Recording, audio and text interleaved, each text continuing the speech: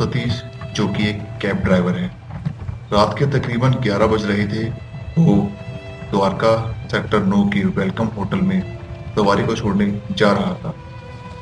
क्योंकि उसका द्वारका में आना बहुत कम था, लिहाजा वो पूछते पूछते द्वारका में पहुंच चुका था।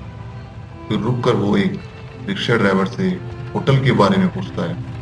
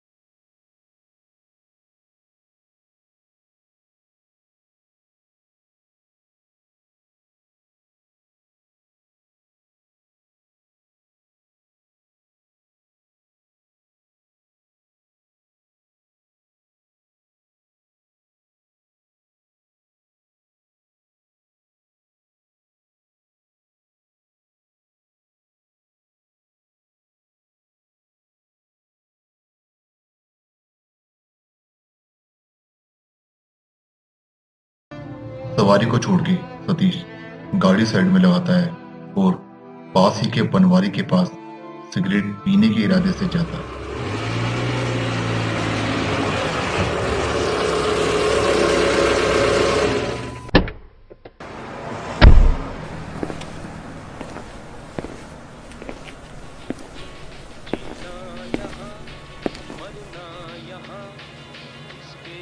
भाई जी, एक सिगरेट का पैकेट दीजिए।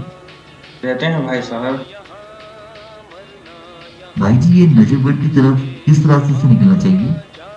अच्छा, तो नए हो यहाँ?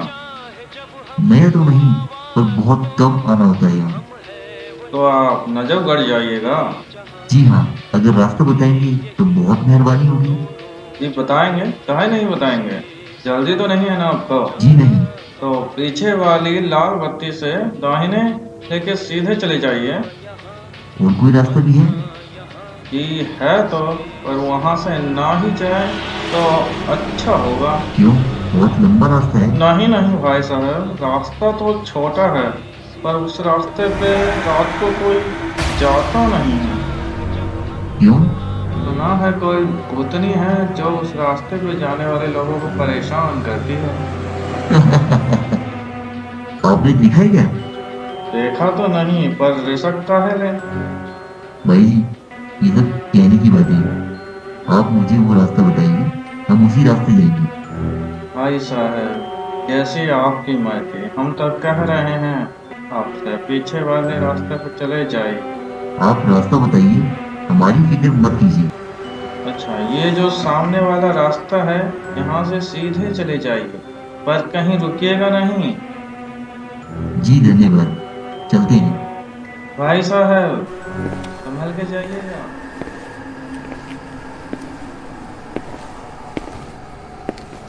सतीश अपनी गाड़ी में बैठता है और उसी रास्ते निकल पड़ता है।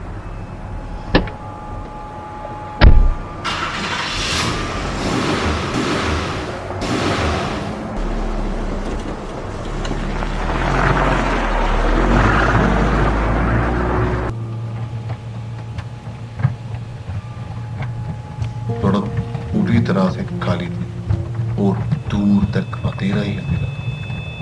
सतीश की गाड़ी की लाइट आसपास के पेड़ों पे ऐसी लग रही थी मानो वो किसी कब्रिस्तान से गुजर रहा हो। ऐसे माहौल में कोई भी डर सकता था, लिहाजा सतीश को थोड़ा डर महसूस हो रहा था। सतीश अपनी गाड़ी की स्पीड बढ़ा देता है। ये जगह तो बहुत डरावनी है, शायद इसीलिए यहाँ से कोई नहीं जाता। थोड़ी दूर जाने के बाद वो गाड़ी का रेडियो ऑन करता है।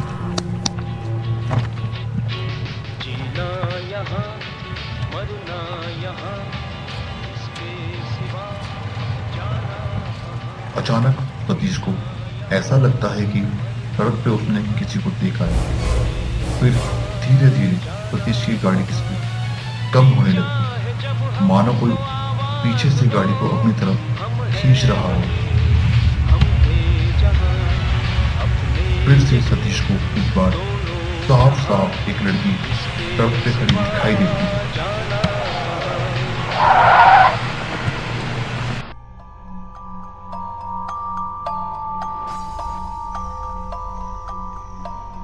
सतीश गाड़ी फिर स्टार्ट करता है और निकल पड़ता है।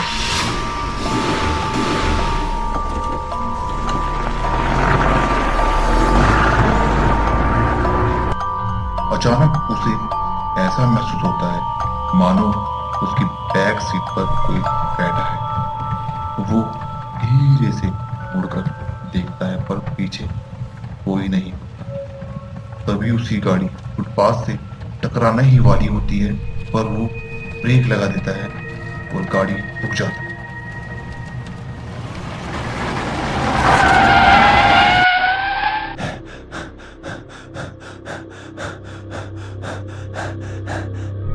सतीश को ऐसा महसूस होता है बनवारी की बात उसके दिमाग में बैठ गई है, इसलिए उसे ये सब महसूस हो रहा है।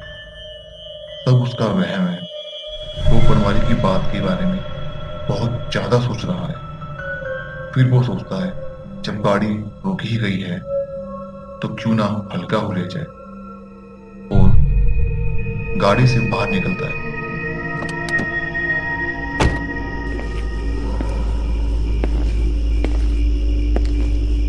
और सड़क के किनारे जाके हल्का होने लगता है और साथ ही गुनगुनाने लगता है।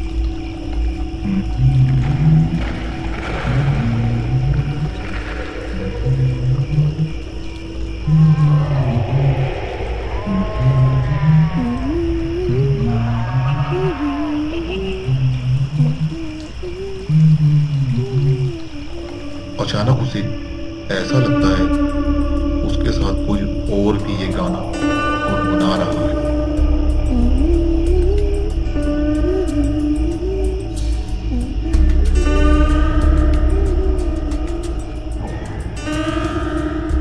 वो मुड़ के देखता है, आसपास कोई नहीं होता और दूर दूर तक सिर्फ सन्नाटा ही सन्नाटा है और जुगनू की आवाज आ रही है। सतीश अपने गालों को थप्पियां देते हुए अपनी गाड़ी की तरफ जाता है और सोचता है एक सिगरेट पीकर ही निकला जाए।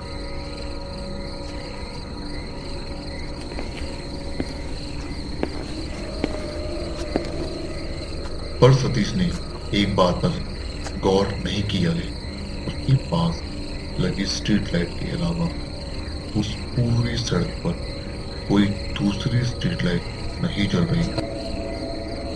अब सतीश ने अपनी सिगरेट जलाई और सिगरेट पीता हुआ अपनी गाड़ी की तरफ देखा, जिसके पास ही के पेड़ की परछाई पड़ रही। वो गाड़ी के पास आता है। अचानक पीछे एक हलचल होती है। सतीश पीछे मुड़ता है। सामने पीपल का एक विशाल पेड़ है, पर वो बाकी पेड़ों की तरह फुटपाथ पर नहीं बल्कि सड़क पे ही लगा होता है। वो उस पेड़ के पास जाता है। सन्नाटे में गूंजती जुगनुओं की आवाजों के साथ साथ और भी आवाजें आ रही थी, जो कि माहौल को और भी रूहानी किए जा रही थी। सतीश पेड़ के पास जाता हुआ देखता है पेड़ पर कुछ है। वो और पास जाता है तो उसकी होश उड़ जाती है। ऊपर एक लड़की पेड़ पे सफेद कपड़ों में अपने दोनों हाथों से अपने दोनों पैरों को समेटे हुए बैठी है और वही गाना गुनगुना रही है। उसके बाल बिखरे हुए थे, मानो उसका चेहरा पूरी तरह से ढका हो। लेकिन ये नजारा देखकर सतीश की सांस और आवाज हलक में अटक गई थी। उसकी सिगरेट उसके कांपते हुए होठों से नीचे गिर गई। वो ना जाने क्यों सतीश उस नजारे को लगातार देखे जा रहा था। तभी अचानक उस लड़की ने गुनगुनाना बंद किया। वो झटके से वो सतीश की ओर पलटी। चीखती हुई वो सतीश के ऊपर छलांग लगा देती है। सतीश बुरी तरह चिल्लाता हुआ पीछे की तरफ हटता है और एक पत्थर से टकरा नीचे गिर जाता है। उसकी धड़कनें बहुत तेज हो जाती है।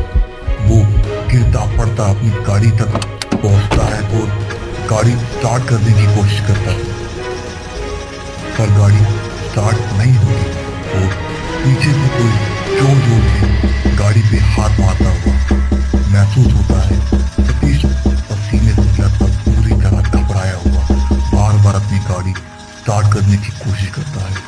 आखिरकार गाड़ी स्टार्ट हो ही जाती है।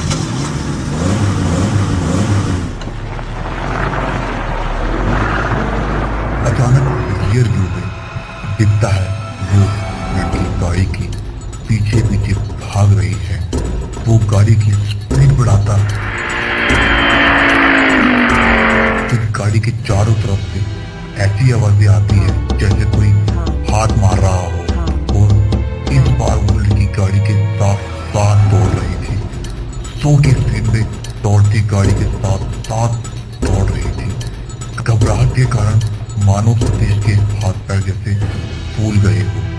उसकी सांसें अटक गई और उसकी दिल की धड़कन इतनी तेज थी कि वो खुद ही अपने धड़कनों को सुन सकता था। बार बार गाड़ी तेज करता और लड़की अचानक गाड़ी के पास दौड़ने लगती। फिर वो अपनी गाड़ी को फुल स्पीड में कर देता है और अचानक उसे जोरदार थप्पड़ पे थप्पड़ पड़ने लगते हैं। सतीश घबराहट में जोर से चिल्लाने लगता है और उसकी गाड़ी का संतुलन बिगड़ जाता है और गाड़ी एक खंभे में टकरा जाती है।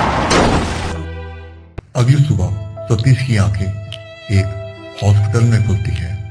उसके पूरे बदन और सर में बहुत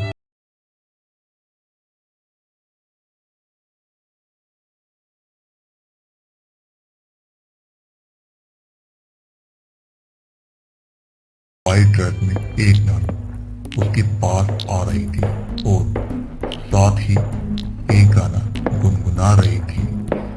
जीना यहाँ मरना यहाँ, इसके सिवा जाना कहाँ। तभी सतीश चिल्लाता है,